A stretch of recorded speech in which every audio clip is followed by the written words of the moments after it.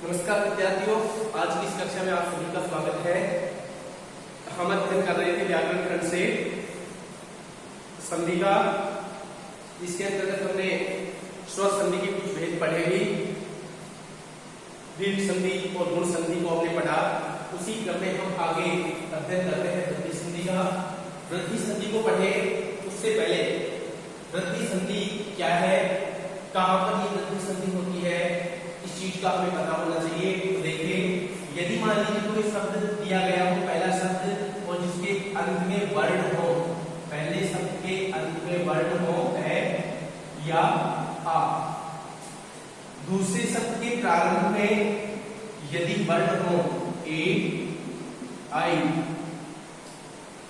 ओ और औ, यदि प्रथम शब्द के अंतिम वर्ण में ए या आ की ध्वनि हो और द्वितीय शब्द के प्रथम वर्ण में ए, आई, ओ, औ की ध्वनि हो, तो ए और आई किसमें बदल जाता है, आई में बदल जाता है।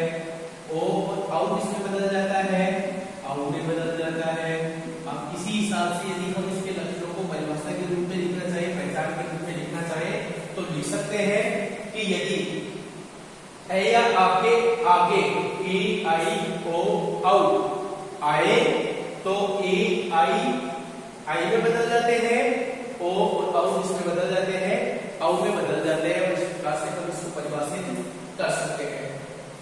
अब देखिए, जैसे उदाहरण लें, ए धन ए बराबर क्या बनेगा, आई। कैसे, उदाहरण के द्वारा समझिए, एक धन एक, इसमें क्या है ए, आगे क्या दे रखा है ए, दोनों मिलकर क्या बनेंगे आई, आई बनेंगे। तो आई की मात्रा किसमें आएगी, प्रथम शब्द के अंतिम वर्ण पर ये मात्रा लगेगी और शब्द क्या बन जाएगा। अब आई की मात्रा यहाँ पे लगेगी, क्या हो जाएगा एक है। उसी प्रकार जैसे मान लीजिए आ के आगे यदि ए हो तो भी क्या बनेगा आई। जैसे उदाहरण ले, सदा धन एक, इसमें आ की ध्वनि और आगे ए की ध्वनि दोनों मिलकर के किसका निर्माण करते हैं, आई का। अब जब आई का निर्माण हो तो आई की मात्रा किससे आएगी, प्रथम शब्द के अंतिम वर्ण पर। तो शब्द क्या बन जाएगा, सदैव। शब्द क्या बन जाएगा, सदैव। इसी क्रम में यदि हम ले तो देखिए, ए और उसके आगे यदि आई हो तो भी मिलकर के क्या बनेंगे, आई। देखिए कैसे, जैसे परम धन ऐश्वर्य, इसमें ए की ध्वनि और आगे है आई की ध्वनि, दोनों मिलकर के क्या बन रहे हैं, आई। शब्द क्या बनेगा, आई की मात्रा प्रथम शब्द के अंतिम वर्ण पर, और शब्द क्या बनेगा, परमेश्वरीय, परमेश्वरीय।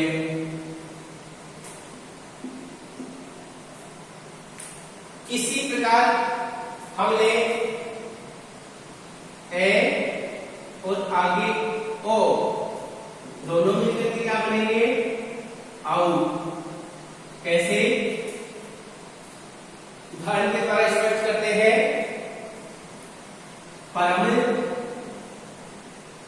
धन ओज, इसमें ए की ध्वनि और आगे है ओ की ध्वनि, दोनों मिलकर के क्या बन रहे हैं, औ।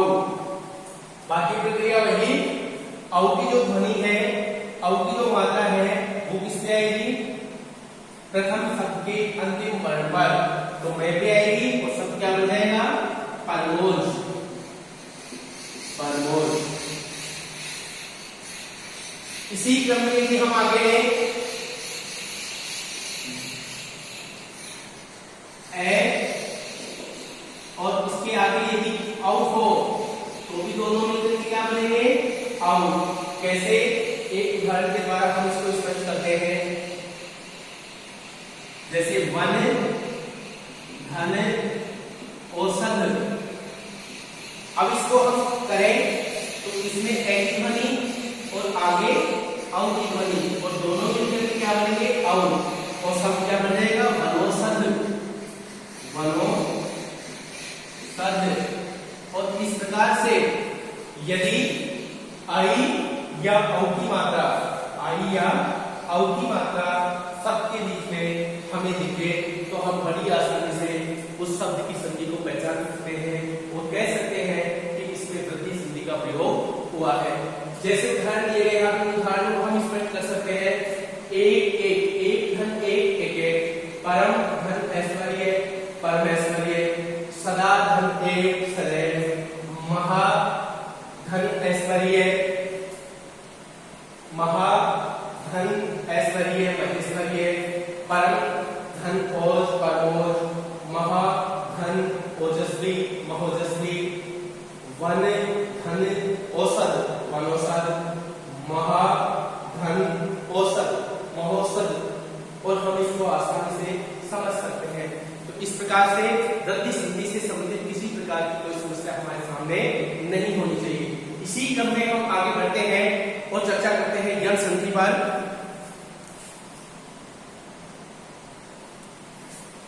चर्चा करते हैं यण संधि पर।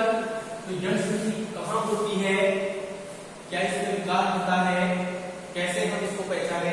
तो देखिए यहाँ पर कुछ वर्ण दिए गए हैं, ई, उ और रे। यदि किसी शब्द के अंतिम वर्ण, किसी शब्द प्रथम शब्द के अंतिम वर्ण की ध्वनि ई, उ या री हो और उससे आगे द्वितीय शब्द के प्रथम वर्ण शब्द की, द्वितीय शब्द के प्रथम वर्ण की ध्वनि यदि कोई भिन्न स्वर के साथ हो। भिन्न स्वर कैसे? जैसे ई का भिन्न स्वर क्या होगा? ई और ई को छोड़ करके बाकी सारे भिन्न हैं। उ और उ का भिन्न स्वर क्या होगा? उ और उ दो को छोड़ दो, बाकी सारे इसके भिन्न स्वर हैं। री को छोड़ दे तो री को छोड़ करके बाकी जो सारे वर्ण है वो सभी उसके भिन्न है। तो यदि ई, उ और री के आगे कोई भिन्न स्वर आए तो क्या होता है? ई और ई मिल करके क्या बन जाते हैं? ई और ई के स्थान पर ये हलंत, उ और उ के स्थान पर वै हलंत और री के स्थान पर रे बन जाता है। यदि पहचान के रूप में, परिभाषा के रूप में इसको लिखना चाहे तो हम लिख सकते हैं कि यदि ई, उ, री के आगे यदि कोई भिन्न स्वर आए तो ई ये में, उ वे में और री रे में बदल जाता है। कैसे? उदाहरण के द्वारा हम इसको स्पष्ट करते हैं। उदाहरण के द्वारा हम इसको स्पष्ट करते हैं। जैसे मान लीजिए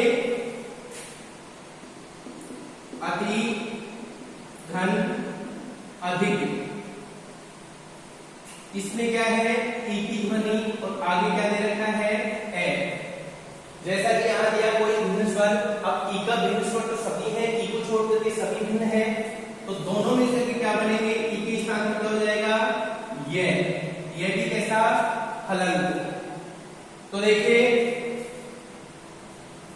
जो पूर्व वर्ण है उसके स्थान पर हलंत ये बनता है, तो इसके साथ में ये पूरा हो जाएगा, इसके साथ में ए की ध्वनि लगी हुई है। देखिए शब्द क्या बनेगा? अत्यधिक। अब यहाँ पे एक बात दिमाग में आ रही होगी कि ये तो हलंत था, फिर यहां हमने पूरा ये कैसे ले लिया? तो ये हलंत होता है कब? जब उसके साथ में स्वर वर्ण नहीं हो। यह पूरा कब होता है? जब उसके साथ ए स्वर की ध्वनि मिली हुई हो और इसके आगे ए ही दे रखा है और ये में हलंत ये में यदि ए की ध्वनि मिलेगी तो ये पूरा हो जाएगा और शब्द क्या बनेगा? अत्यधिक। इसी प्रकार दूसरा शब्द लेते हैं इत्यादि। जैसे देखिए इति, धन, आदि। शब्द क्या बनेगा? देखिए इधर ई है और आगे आगे ध्वनि है, असमान है और शब्द वर्ण बनेगा हलंत ये। अब हलंत ये में तो फिर आगे ध्वनि आएगी तो ये तो पूरा बनेगा और आगे मात्रा लगेगी और तय जो प्रथम शब्द का अंतिम वर्ण ये हलंत हो जाएगा। कैसे? देखिए शब्द बन जाएगा इत्यादि। इसी प्रकार बाकी शब्दों का भी हम कर सकते हैं, जैसे नदी, धन, आगम। इसमें ई है और आगे है आपकी ध्वनि, और दोनों मिलकर के यह का योग बनाते हैं, यह ध्वनि बनेगी। तो कैसे बनेगा? शब्द क्या बनेगा? ये तो आ जाएगा आधा जय, और ये के अंदर आखिरी मात्रा लगने से ये पूरा और आखिरी मात्रा, तो शब्द क्या बन जाएगा? नद्यागम। इसको हम लिख सकते हैं नद्यागम, ऐसे भी लिख सकते हैं नद्यागम, जैसे भी हम लिखना चाहें, क्योंकि वे आधा और यह मिलकर के घे का रूप बनता है। इसी प्रकार आगे दूसरा उदाहरण ले, अति, धन, उत्तम। इधर ई और इधर ऊपरी ध्वनि जो कि भिन्न स्वर है, दोनों मिलकर के क्या बनेंगे? यह। अब इसमें ऊपरी मात्रा लगेगी, तो ये पूरा और ऊपरी मात्रा लग जाएगी, तहलन। देखिए शब्द क्या बनेगा? अत्युत्तम, अत्युत्तम, अत्युत्तम। इसी प्रकार दूसरे शब्द का ले तो हम कर सकते हैं, जैसे प्रति, धन, एक, ई और आगे भिन्न स्वर है ए, तो क्या बन जाएगा? ए की मात्रा ये पर आ जाएगी, तयादा, तो प्रत्येक। इसी क्रम में हम दूसरा शब्द ले, स्वच्छ, जैसे सु, धन, अच्छ। अब इसमें इधर है ऊ की ध्वनि और आगे है ए की ध्वनि, जो कि ऊ के साथ है भिन्न स्वर। ऊ का ऊ और ऊ को छोड़ करके सभी भिन्न स्वर है, इसलिए ये क्या बन जाएगा? वह। जो ये के साथ नियम लागू था, वही नियम यहाँ वह के साथ लागू होगा। अब शब्द क्या बन जाएगा? जैसे यहाँ पर ते, दे, हलंत हुआ, आधा हुआ, उसी प्रकार पूर्व वर्ण यहाँ भी हलंत होगा, तो वो शब्द क्या बनेगा? स्वच्छ। दूसरा शब्द देखिए, स्वागत, सु, धन, आगत। इसमें भी ऊ है और आगे आखिरी ध्वनि है, और दोनों मिलकर के वह बनेंगे, तो शब्द क्या बन जाएगा? स्वागत। इसी प्रकार हम दूसरा ले, अन्वेक्षण, अनु, धन, एक्शन।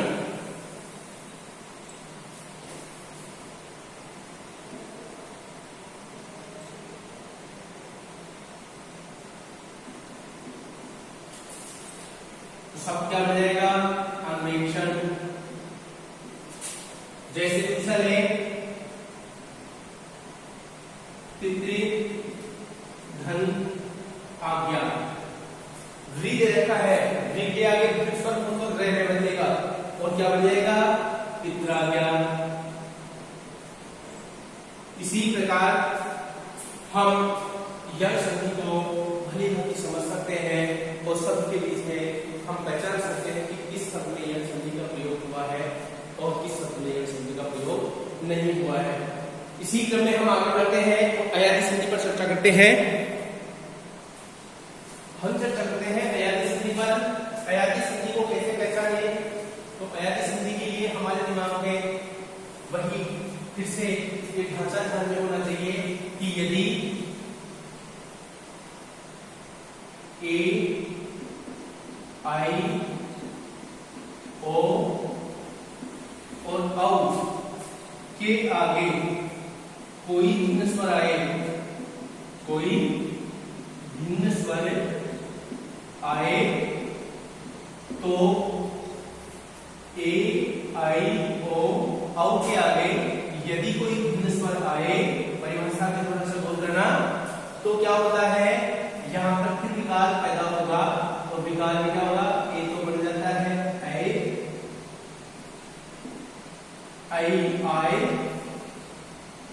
ओ, औ और औ, आव। उदाहरण के द्वारा हम इसको समझने का प्रयास करें, ज्यादा बेहतर तरीके से समझ में आएगा। यानी किसी शब्द के पीछे ऐ, आय, औ, आव की ध्वनि हो तो हम उस शब्द को पहचान सकते हैं कि ये शब्द अयादी संधि का उदाहरण है। तो जहां यदि ऐ का बोध हो, ऐ की ध्वनि हो तो उसमें ए की मात्रा होगी, आय की हो तो ऐ की होगी, औ का हो तो ओ की ध्वनि होगी, और आव का यदि आभास हो, ध्वनि हो तो औ की मात्रा उसमें लगेगी। तो देखिए हम इसको परिभाषा के रूप में लिख सकते हैं कि ए, आई, ओ, औ के आगे यदि कोई ध्वनि स्वर आए तो ए का ऐ का आय, ओ का औ और औ का आव बन जाता है। कैसे? उदाहरण के द्वारा हम इसको स्पष्ट करते हैं। उदाहरण देखिए इसका, जैसे सबसे पहले हमने नयन शब्द दे रखा है, यहाँ पे देखना एक बार, शब्द दे रखा है, पहला शब्द इसमें दे रखा है नयन। अब हम नयन की बात करें तो देखिए इसमें ने, ए, ये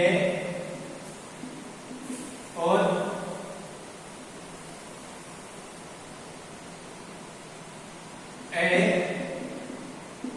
ने में भी एक ही ध्वनि है। यदि हम शब्द को पूरा खोलें, शब्द को पूरा खोलें तो ये नए शब्द किससे बना है? किन किन वर्णों के योग से बना है? इन सभी वर्णों के योग से बना है। देखिए इसमें बीच में आ रहा है ऐ, क्योंकि ए और आधा ये और ए मिलकर के बनता है ये, और बराबर शब्द बन रहा है ऐ। इससे शब्द क्या बना? ऐ। बीच में आ रहा है ना ऐ। अब इसकी अगर हम संधि करें तो देखिए ऐ आ रहा है तो प्रथम वर्ण पर कौन सी मात्रा लगेगी? ए की। अब देखिए ए की मात्रा लगाए तो ने के ऊपर लगा दीजिए, ने, धन, आगे क्या दे रखा है? अन्न। ने और मिलकर के पूरा है अन्न, ने, धन, अन्न, और शब्द क्या बन गया? नयन। और हम इसको समझ सकते हैं कि यहाँ पर अयादी संधि है। दूसरा शब्द देखिए नायक। नायक शब्द को यदि हम समझें तो इसको भी अगर हम खोलना चाहें खोल लीजिए, तो ने, आ, ये,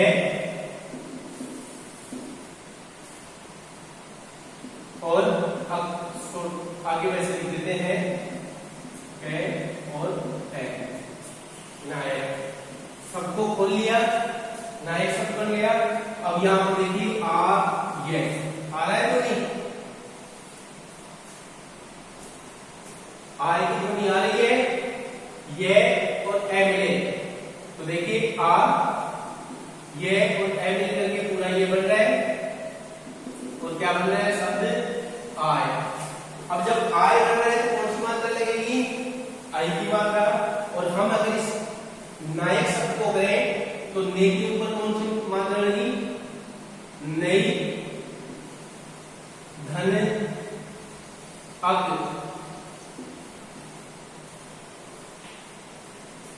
नायक, और शब्द बन जाएगा नायक। उसी प्रकार यदि हम दूसरा शब्द ले, पवन ले ले,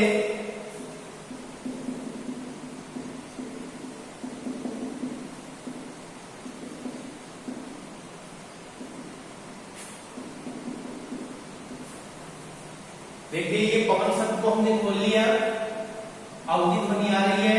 अब औ की ध्वनि आ रही है तो औ की कौन सी मात्रा है? ओ की। तो पै पर कौन सी मात्रा लगेगी? पो, धन, अन्न, और शब्द क्या बन जाएगा? पवन। इसी प्रकार पावन का करें तो पै, आ, वे, ए, और ए। इसमें आव का उच्चारण हो रहा है, पै पर कौन सी मात्रा लगेगी? औ की मात्रा। तो शब्द क्या बन जाएगा? पौ, धन, अग, तो शब्द क्या बन जाएगा? पावक। इस प्रकार से दिए गए शब्दों को भी हम संधि कर सकते हैं और आसानी से समझ सकते हैं कि प्रस्तुत शब्द में अयादी संधि है या नहीं। आशा है स्वर संधि के जो भेद आपको पढ़े गए वो समझ में आए होंगे। इसी क्रम में हम आगे बढ़ते हैं और स्वर संधि पर चर्चा करते हैं। आगे लेते हैं व्यंजन संधि। व्यंजन संधि की बात करें तो व्यंजन संधि की परिभाषा पहले इस पर हम कर चुके हैं कि जहां व्यंजन वर्ण का किसी व्यंजन वर्ण या स्वर वर्ण के साथ आपसी विकास सहित मेल हो, वहां पर व्यंजन संधि होती है। अब ये कैसा विकास होता है, हम इसको कैसे समझें, उसके लिए व्यंजन संधि में कुछ नियम बनाए गए हैं। उन नियमों पर हम एक एक करके अध्ययन करेंगे। तो व्यंजन संधि के अंतर्गत हम चर्चा करें तो सबसे पहला नियम है, यदि किसी वर्ग के प्रथम वर्ण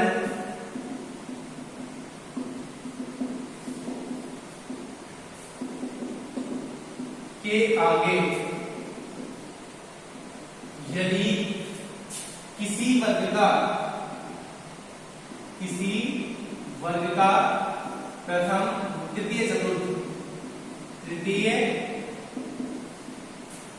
चतुर्थ वर्ण या ये रे ले वे या कोई स्वर वर्ण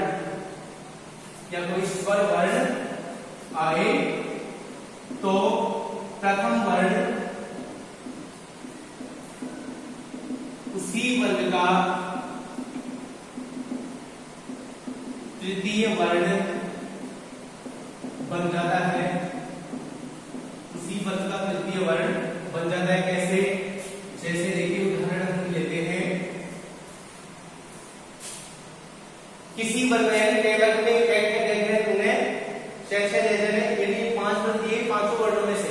अब जैसे हम देखिए यहाँ पे कुछ शब्द दिए गए हैं, इन शब्दों के हिसाब से यदि हम करना चाहें तो देखिए हम लेते हैं वाक, धन, ईश। यहाँ पे क्या है, कैवल का प्रथम वर्ण है, कैवल का प्रथम वर्ण है, इसके आगे कोई स्वर वर्ण दिया गया है, इनमें से कोई सा भी वर्ण हो सकता है। तो स्वर वर्ण दे रखा है ई, तो प्रथम वर्ण उसी वर्ग का तीसरा वर्ण क्या बन जाएगा, गे। क्या बन जाएगा, गे, तीसरा वर्ण गे। और उसमें एक मात्रा लगेगी तो उस वर्ण साथ पूरा हो जाएगा, तो सब क्या बन जाएगा, वागीश। दूसरा शब्द यदि हम ले दिग्गज, दिग्धन, गज। अब देखिए इसमें क्या आगे गए, कैवल का ये तीसरा वर्ण दिया गया, तीसरा या चतुर्थ तीसरा वर्ण है तो भी क्या बनेगा, कैसे बनेगा, गेले। और सब क्या बन जाएगा, दिग्गज। यहाँ पर अब आपके दिमाग में आ रहा होगा कि यहाँ आधा के कैसे आ गया, यहाँ पूरा कैसे आ गया। तो इसके साथ स्वर वर्ण मिला, इसलिए यहाँ पे पूरा हो गया। यहाँ पे स्वर वर्ण नहीं है क्योंकि आगे व्यंजन वर्ण दिया गया है, इसलिए गे आधा रहेगा और आगे ऐसे जैसे लिख दिया जाएगा। इसी प्रकार हम दूसरा उदाहरण लें, वाक धन दान, वाक धन दान। तो ये क्या बन जाएगा, क्या के आगे यदि दे देखा है तो तय है दे, तय वर्ग का तीसरा वर्ण क्या है, दे। तय वर्ग के आगे तय वर्ग का तीसरा वर्ण है दे, तो कै किसमें बदलेगा, प्रथम वर्ण किसमें बदलेगा, अपने ही वर्ग के तीसरे वर्ण में। तो कै किसमें बदलेगा, गे में। तो सब क्या बदलेगा,